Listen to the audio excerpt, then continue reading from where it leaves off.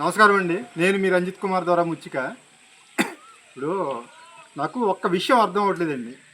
అసలు ఎక్కడైనా తప్పు చేసిన వాడు తప్పుడు వ్యక్తులు అయితే మనశ్శాంతి లేకుండా ప్రశాంతత లేకుండా ఉంటారటండి. కానీ ఇక్కడ రివర్స్లో తప్పును క్వశ్చన్ చేసే మనం తప్పును ప్రశ్నిస్తే ఆధారాలతో సహా మనకి మానసికంగా ప్రశాంతత ఉండకపోగా మన మీద తప్పుడు కేసులు ఈ ఎలాగ ఉందండి సొసైటీ. అసలు నెలలు కాదు సంవత్సరాలు తలబడి తిరుగుతున్నా కానీ పీజీఆర్ఎస్ గ్రీవెన్స్లో పెట్టిన దరఖాస్తులు కూడా పరిష్కరించలేకపోతున్నారు. ఒకవైపు తహసీల్దార్ కాదు, ఆర్డీఓ గారు కాదు, ఐటీడీఏపీ కాదు, డైరెక్ట్ జిల్లా కలెక్టర్ గారే పీజీఆర్ఎస్లో పెట్టిన దరఖాస్తును సత్వరమే పరిష్కరించాలి, పోటీతత్వం ఉండాలి, పోటీతత్వంతో పరిష్కరించాలి అంటున్నారు. కానీ మేము 6 సంవత్సరాల నుంచి గ్రీవెన్స్లో పెడుతున్నాం, అయినా ఇది అవట్లా. ఎమ్మెల్యేలు ఎంపీలు ఒత్తిడి ఉందంటున్నారు. మంత్రి అంటే మంత్రి గారు ఎమ్మెల్యే ఎంపీ ఎవరో చెప్పండి, పబ్లిక్కి తెలిస్తే బాగుంటుంది కదా. ఈ తప్పుడు వ్యక్తులకి తప్పుడు ఇలా సమర్థిస్తానని తెలుస్తుంది కదా. అంటే నా బాధ ఆవేదన ఏంటంటే నేనేమంటున్నానంటే నేను తప్పు చేసినా నా పైన చర్యలు తీసుకోమంటున్నాను. ఇప్పుడు ఆధారాలతో సహా బయట పెట్టినా కానీ ఎటువంటి చర్యలు ఉండట్లే. మళ్ళీ రికమెండేషన్లు అంటే ముఖ్యమంత్రి, ప్రధానమంత్రి, అమిత్ షా గారు ప్రధానమంత్రితో రికమెండేషన్ కూడా వస్తారేమో బహుశా.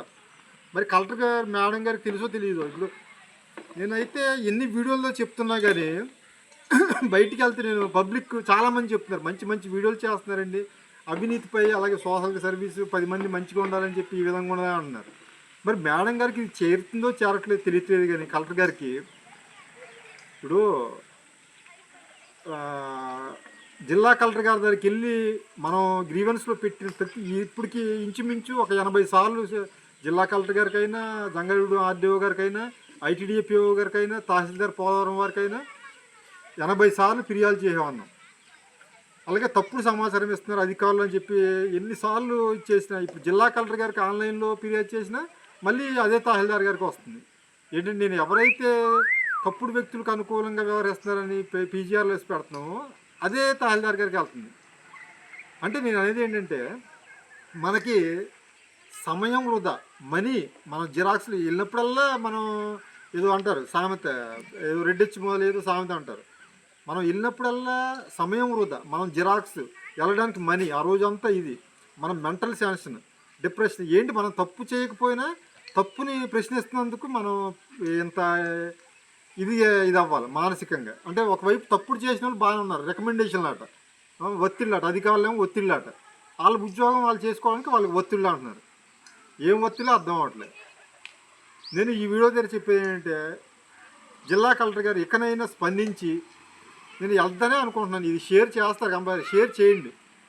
నేను అనేది ఏంటంటే తప్పు నా విషయం అని కాదండి, తప్పు జరిగిన తర్వాత ఒక్కసారి ఆ తప్పుడు వ్యక్తులకి మీద, తప్పుని సమర్థించే అధికారుల మీద చర్యలు తీసుకుంటే మళ్ళీ ఆ తప్పు చేసేవాళ్ళు రారు, తప్పుని సమర్థించే అధికారులు ఉండరు అని చెప్పి నేను చెప్తున్నాను వీడియోల ద్వారా.